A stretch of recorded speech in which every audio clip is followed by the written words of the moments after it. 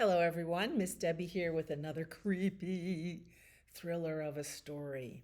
Creepy Pair of Underwear by Reynolds and pictures by Peter Brown. We already read Creepy Carrots and Creepy Crayon. Woo, scary stuff. This is published by Simon and Schuster Books, again for young readers. Creepy Pair of Underwear. Oh, a story about Jasper Rabbit. Jasper Rabbit needed new underwear. On Thursday, Mom took him to the underwear store and grabbed the last 3 packages of plain white, tighty whities. But as they headed for the checkout, Jasper spotted them. There they are in the store. He spotted creepy underwear, a display. So creepy, so comfy. They were glorious. Mom, can we get these? Jasper pleaded. I think they're a little too creepy, said Mom. They're not creepy. They're cool, said Jasper. I'm not a little bunny anymore. I'm a big rabbit now. Mom agreed to buy 1 pair. That night, Jasper wore his cool new underwear to bed. Do you want me to leave the hallway light on? Asked Dad. Dad, I'm not a little bunny anymore, said Jasper. I'm a big rabbit now. His dad shut the door. And that's when Jasper noticed the underwear glowed, a ghoulish, greenish glow. He closed his eyes. He pulled up the covers. He buried his face in his pillow, but it didn't help. He could still see that ghoulish, greenish glow. Jasper leaped out of bed and put on a pair of plain white tighty whities. He stuffed the creepy underwear into the bottom of his laundry hamper. He finally fell asleep. Look what's glowing. The top of the hamper. But when he got up the next day, he was wearing the creepy underwear. Somehow they got on him overnight. Ooh. Jasper threw them into the garbage can. He was still a big rabbit. He wasn't scared or anything, but he was done with scary underwear. After school, Jasper was doing his homework when he heard it. A scratchy, scraping sound coming from his dresser. He opened the door and they were back, staring at him with that ghoulish, greenish glow. He snatched the creepy underwear out of the drawer. He grabbed a big envelope and some stamps and mailed it off to China. Bye-bye, scary underwear, he said, dropping the package in the mailbox. When he opened the front door the next morning, there they were. And were those chopsticks? His creepy pair of underwear had somehow returned from China, and it had brought back souvenirs. Chopsticks, a panda doll, a fan. Ugh. Getting stalked by your underwear. Jasper grabbed his mom's good sewing scissors. She didn't like him using them, but this was an underwear emergency. This time, the creepy underwear were gone for good. He snipped them into pieces. At bedtime, he slowly opened his underwear drawer. Nothing, just plain white undies, tighty-whities. He searched under his bed. He shook out his lampshades. Phew, there was no sign of creepy underwear. He went into the bathroom to comb his ears. And they were hanging there on the hook. They were back. "What's the matter with you?" his mom asked. "You're so jittery lately." "Nothing," he yelped. A grown rabbit couldn't be terrified of his own underpants. He seized the underwear. He snagged a shovel from the garage and he rode right past the carrot patch where he left the creepy carrots. He didn't stop pedaling until he reached Creek Hanger Hill.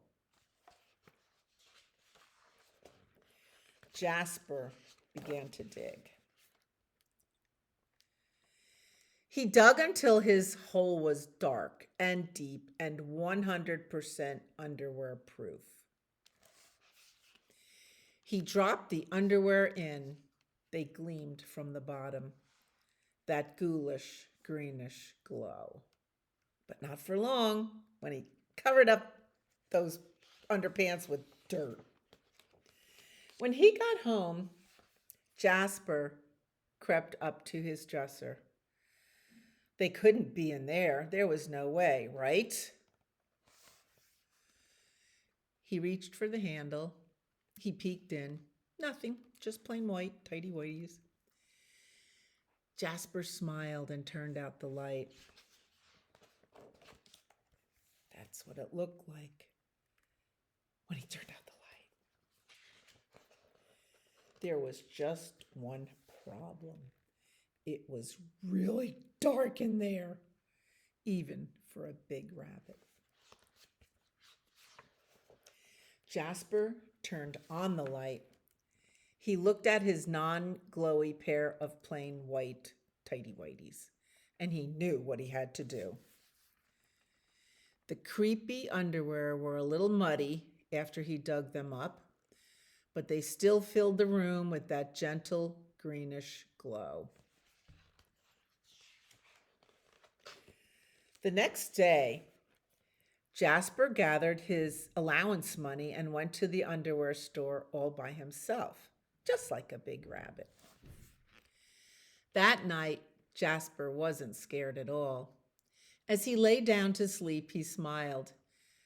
And so did his underwear, because they had finally found somebody who wasn't scared of creepy underwear. Look at them, he strung them all over his room. That's a really creepy story. The end. I'm not so big on creepy stories. I like nice stories, like Bonaparte Falls Apart by Margery Cuyler. Illustrations by Will Terry. This is the cutest book. And even though I am afraid of skeletons, I don't like skeletons, people, especially those big ones people have in their front yards. It just scares me. But this is a cute little skeleton. And his name is Bonaparte. Bonaparte falls apart. And here he is in his neighborhood. Oh, published by Crown Books for young readers. Bonaparte was falling apart. And this really shook him up. Here he is walking along the street, and a piece of him just falls off. In this case, his hand.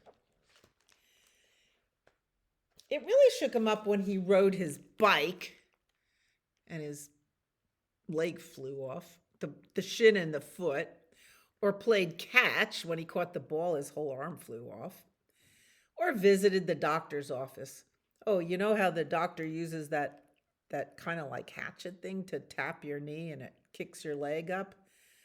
Bonaparte's leg kicked right off. Sometimes his bones rolled away and it took him forever to find them. His head rolled off and his body couldn't find his head. What will happen when school starts? Bonaparte asked his friends as his hand clacked to the sidewalk. I'm falling apart. Everyone will make fun of me.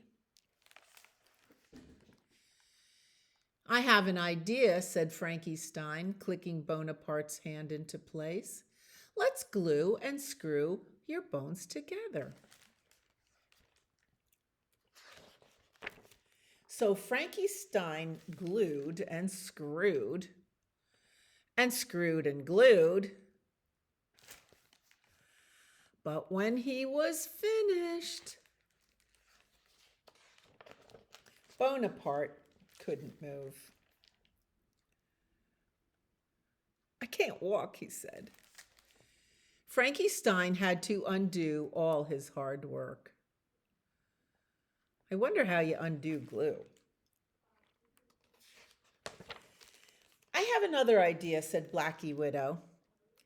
I'll spin and pin a web around you.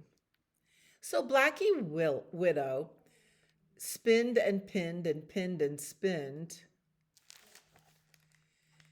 But when she was finished, Bonaparte was all tangled up. I'm a mess, he said. Blackie Widow had to undo all her hard work. I have the best idea of all, said Mamicula. I'll wrap and strap your bones in place. So Mamicula wrapped and strapped and strapped and wrapped, but when he was finished, Bonaparte couldn't see. Where is everybody? He asked in a muffled voice.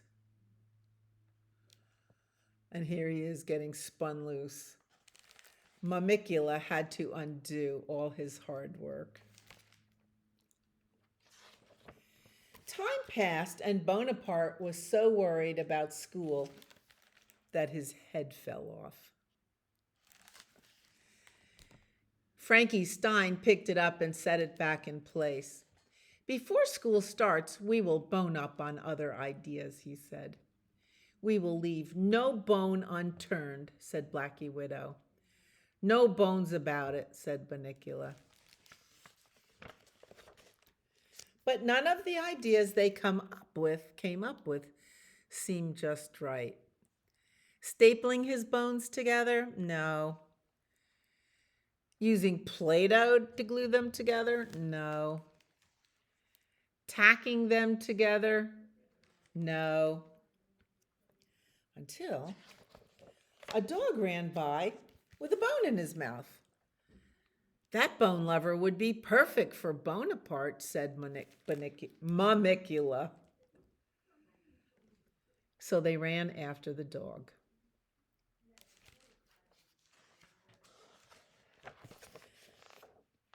And brought him to Bonaparte.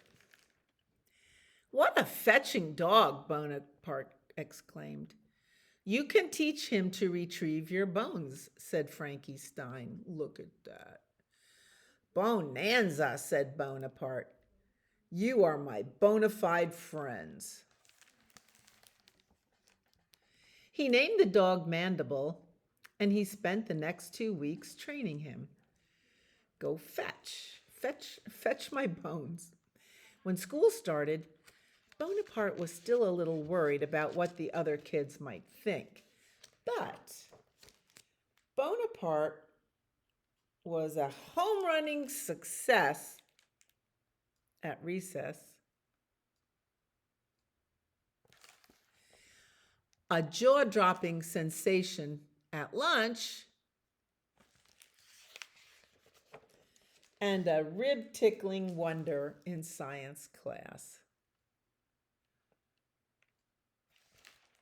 It's nice to have friends, bona fide friends. Bonaparte could hang loose without anyone making fun of him, and this made him very happy. Clickety-clack. That's adorable, isn't it? I really like that book. Happy little skeletons. All right. Well, thank you for tuning in, and stay tuned for some other, let's see, not so spooky Halloween stories. Bye. Bye for now.